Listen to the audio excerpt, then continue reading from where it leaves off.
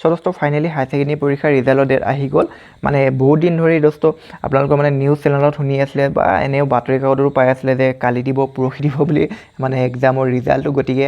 আজি যিহেতু পুৰা ফাইনেল কৰা হ'ল পুৰা ডিক্লেয়াৰ কৰা হ'ল যে কালি পুৱা 9টা বজাত আপোনালোকৰ যিটো হাই সেকেন্ডাৰী যিটো ৰিজাল্ট হয় ৰিজাল্টটো দিয়া হ'ব তাৰ লগতে ৰাতিপুৱা 7টা বজাতে আপোনালোকে নিউজ চেনেলত মানে ৰিলিজ কৰি দিয়া হ'ব নিউজ চেনেলত আপোনালোকে চাব পাৰিব যে হাই সেকেন্ডাৰী পৰীক্ষা মানে এইচএছ এক্সামৰ ৰিজাল্টটো সো দোস্ত এয়া আপোনালোকে দেখিছে ৰণুজ পেগু ছাৰে হয় এয়া দেখিছে আমাৰ cabinet minister for higher education স্কুলৰ মানে ক'ব গ'লে এডুকেশ্যনৰ মানে এজন কেবিনেট মিনিষ্টাৰ হয় তাৰ লগতে অলপ মই স্ক্ৰল ডাউন কৰি এয়া দেখুৱাই দিছোঁ এয়া আজি 2 ঘণ্টাৰ পূৰ্বে এয়া লিখি দিছে ইয়াত ডিক্লেয়াৰ কৰি দিছে মানে হায়াৰ সেকেন্ডাৰী ৰিজাল্টটো অহাকালি ৰাতিপুৱা 9টা বজাত দিয়া হ'ব তাৰ লগতে ইয়াত সৰুকৈ ইয়াত লিখি দিছে মই অলপমান দেখুৱাবলৈ চেষ্টা কৰিম এয়া দেখিছে ইয়াত 7টা বজাত মানে নিউজ চেনেলত ৰিলিজ কৰি দিব বিশেষকৈ মানে যিবোৰ এতিয়া টপাৰ থাকিব যিবোৰে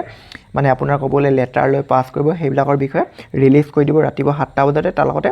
মানে যিটো অফিচিয়েল টাইপৰ যিটো আপোনাৰ যিটো এনাউন্স থাকিব সেইটো হ'ব 9টা বজাত দিয়া হ'ব গতিকে ইমান দিন ধৰি মানে এতিয়া কোৱা হৈছিলে যে আজি দিব কালি দিব হাই সেকেন্ডাৰী ৰিজাল্টটো যিহেতু আজি মানে ফাইনেল হৈ গ'ল যে অহাকালি ৰাতিপুৱা 9টা বজাত এয়া দেখিছে আপোনালোকে অহাকালি 9টা বজাত ৰিজাল্ট দিয়া হ'ব তাৰ লগতে 7টা বজাতে আপোনালোকে নিউজ চেনেলত চাব পাৰিব হয় সো দোস্ত আপোনালোকে ঘৰতে বহি মই যিকেইটা ছাইট দেখুৱাই দিছোঁ 8টা ৱেবছাইট এই 8টা ৱেবছাইট ব্যৱহাৰ কৰি আপোনালোকে ঘৰতে বহি আপোনালোকৰ হাই সেকেন্ডাৰী পৰীক্ষাৰ মানে এইচএছ এক্সামৰ ৰিজাল্টৰ ফলাফলবোৰ আপোনালোকে ঘৰতে বহি চাব পাৰিব সো দোস্ত ভিডিঅ'টো চাই যদি আপোনালোকক ভাল লাগিলে নিশ্চয় লাইক কৰক বন্ধু বান্ধৱীৰ লগতে শ্বেয়াৰ কৰক যদি নতুন দৰ্শক তেনেহ'লে নিশ্চয় চেনেলটো ছাবস্ক্ৰাইব কৰি লগতে ঘণ্টিটো বজাই অলপ ক্লিক কৰি থওক হয় আজিলৈ মানে পুনৰ লগ পাম আনটি নতুন এটা বিষয় লৈ ভিডিঅ'টো চোৱাৰ বাবে ধন্যবাদ বন্দে মাতৰম জয় অসম